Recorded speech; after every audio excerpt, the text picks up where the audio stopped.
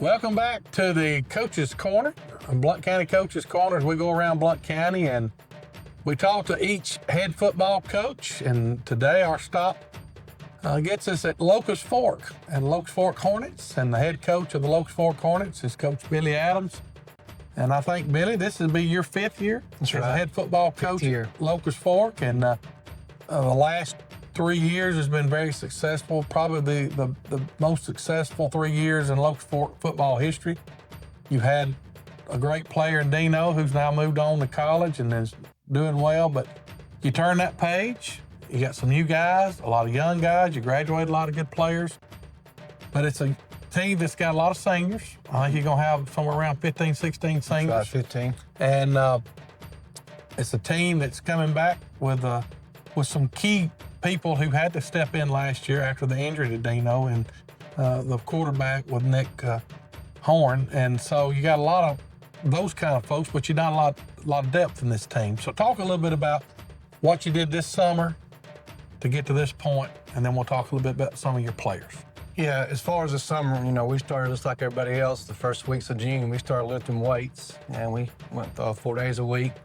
And then towards the end of June and July, we did a couple of 7-on-7s OTAs, a little bit right there. So it went pretty well. Kids worked hard. One thing I started doing when I got the job was always keep a summer attendance, And my first year, we had a few kids maybe that missed more than they're supposed to, but we very seldom have kids that miss. So, our attendance was very great in summer. Kids came and worked hard. I think our kids have, over the past years, like you said, winning helps develop that type of culture where they want to be here. And the thing that helps us out as coaches, it really makes it easy, is in the summer, if a kid misses, I don't have to call the kid because we got some older kids calling them saying, hey, where you at? Why you're not here? So forth. And so it's fitting well. So we had a great summer. I thought we had a check mark there for what we've done. I thought we had good winter weights. I thought so far, the winter weights, summer, has been all we could ask for our guys to do as far as coaches. So now we're winding down fall camp this week. We don't have a jamboree because we did a spring game this year. So we're in the middle of fall camp. We'll end on Friday, and not to disappoint. Our kids are doing a good job of fall camp. I told them yesterday, I said, y'all living right or something's going right because the last 3 years at fall camp, it's been 100+ degrees out here, and you guys are sitting here with it 85, 70 degrees and stuff. And so, but, that's helped obviously the weather. But so up to this point, our kids have worked hard, okay, and we can't be prouder of them up to this point. So you had a great summer. Now you turn the page and you're just a few days away from the kickoff. This team is a different team than you've had the last several years. I can remember for years everybody said Locust Fork's going to be young. They're coming, and those kids are gone now. Now you got another group. Talk about the players on this year's team that has got to be leaders for you, who have been leaders for you, and who you're going to have to depend on to be successful this year. Yeah, we'll start, like you said, obviously the last couple of years we've been blessed to have some pretty good football players come through our program. Good coaches because they're good players, and we had some good players. Okay, all right, so we lost those guys. We got, like you mentioned before, 15 seniors that we're relying on, and the thing about our 15 seniors is all 15 of them will have some type of job on a Friday night. So most of those guys are going to be on the field. Some of them on both sides of the ball, some of them on one side, maybe a few on special teams here and there, but most of our 15 seniors are going to be relied on heavily this year, which is great leadership. As far as the offensive side, you kind of hinted to it earlier. We lost our quarterback mid-season last year, Dino Embry.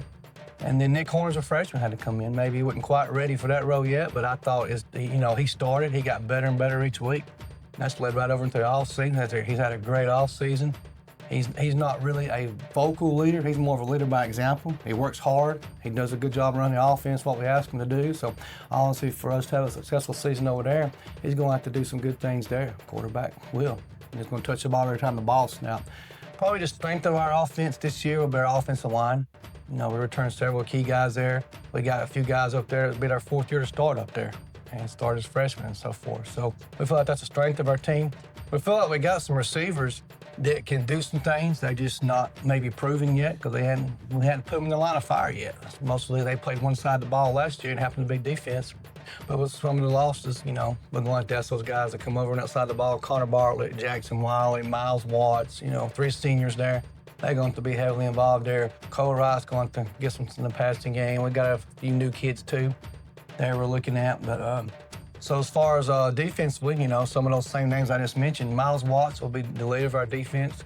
He was our leading tackler last year. He's back. So we're looking for him to lead us on that side of the ball. We're looking to try to find as many kids up front we can play on both sides right there.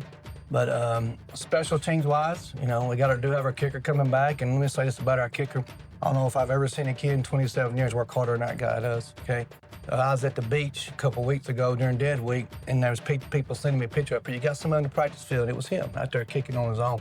So we're excited there. He's made great improvements and leaps there. So we're excited about the kicking game there, and hopefully we're going to be pretty good and solid there. But, none of those guys coming back, we're going to ask them to take the place of the guys we lost. We lost some great players.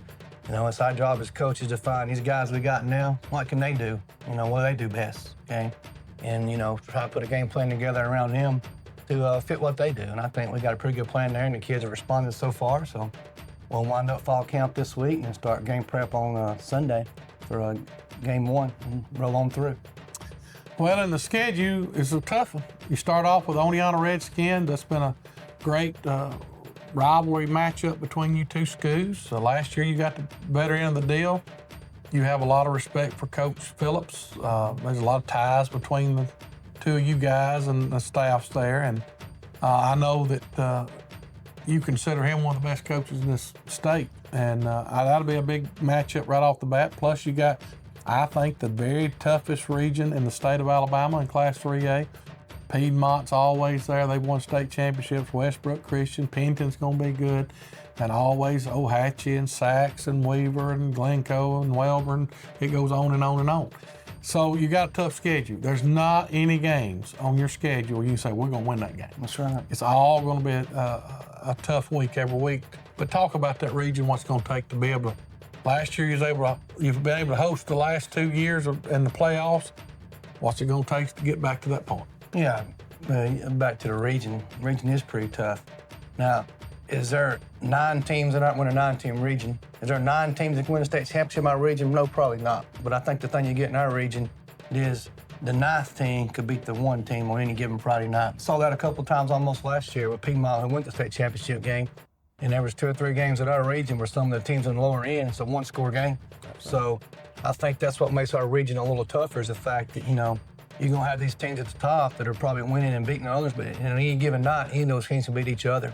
So pretty tough region, but that's good. That's what I tell our kids. You don't want it to be easy. Life ain't going to be easy. So we need to get through this schedule. It's going to be just like life for you. We're going to go in and tag it like that. So obviously for us to, succeed in this region again and make the playoffs, we're going to have a lot of senior leadership, which is good. We got 15 of those suckers.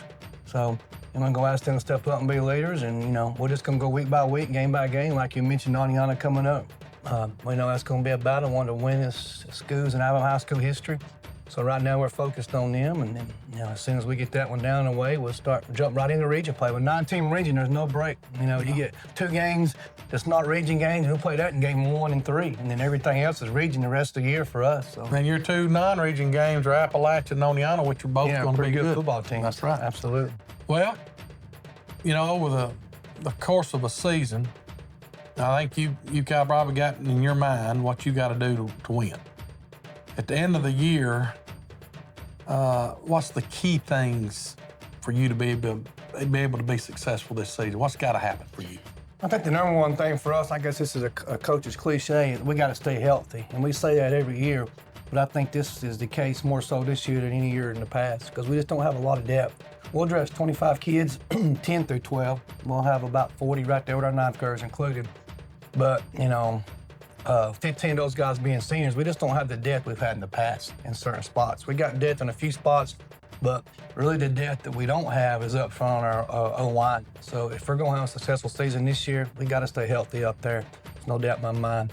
And then, if we can stay healthy up there and protect the football, not turn it over, make plays on defense, then I think, we can win some games.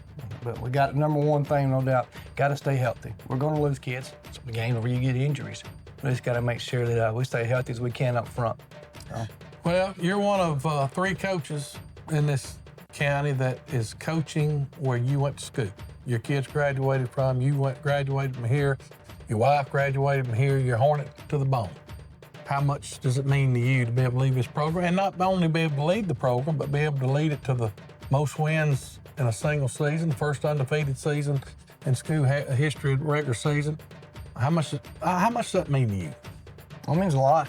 You know, I mean, these kids are playing on the same field I played on back different here. This is all obviously very nice and very different than when I played here, but you know, I'm very gracious and thankful for that. But I get a little more pride in it, you know. It makes you want to maybe do that little extra just because you know, hey, this is where I played and my parents watched me play at the same school. So I try to instill that same thing in our kids, you know. It's a good place, you know. My kids, all three went here, all three doing very successful now. Okay, same thing I know with your kids, so it's a great place to go. And you know, and the good thing too about that, not just me, but several of our coaches on our staff also, you know, are former students here and players here and stuff. So it's just, you know, I think it does mean a little extra, like I said, obviously with having more roots here. Well, no doubt about that. Well, a lot of good things happening in Locust Fork. You got the nice stadium, you got newly renovated new weight room, you got new lockers, you got new uniforms, you got all kind of new stuff. But the bottom line is you got to win it on Friday night between the lines. That's right. All that stuff's great and wonderful, but we got to win on Friday. That's right. That's right. But there's a lot of good things happening here at Locust Fork, and I live here. It's a great place to live. I'm thankful for my children to be able to graduate here. I graduated here. I'm certainly proud of this school and this community. We're blessed in Blount County with great schools and great people, and that's the same thing is true at this place too. So we certainly wish you and the Hornets good luck as you kick off another season. Good luck to you, Coach. That's great. Appreciate it. All right, you've heard what the coaches have had to say, and we'll be visiting with these coaches throughout the year. We'll be having the Coaches Corner on Thursdays and Fridays on WCRL. Most of that will be on the radio. This is on Facebook Live. But we do hope that you've enjoyed getting to see the coaches, some of the facilities and things like that. And we look forward to this 2025 season. It's going to be a great year because we got great kids, great coaches, great fans, and we live in a great place. We'll see you next time on the Coaches Corner. Custom, precise, and built tough. That's the only way we do it at 2M Welding and Fabrication. We bring your vision to life exactly how you want it. From handrails and gates to trailers and structural projects. If it's metal, we make it custom. That's why we're one of the fastest growing fabricators in the industry. Built to match your standards and exceed expectations. Learn more and see our work at 2mweldingandfab.com. 2M Welding and Fabrication. Built 2M Tough.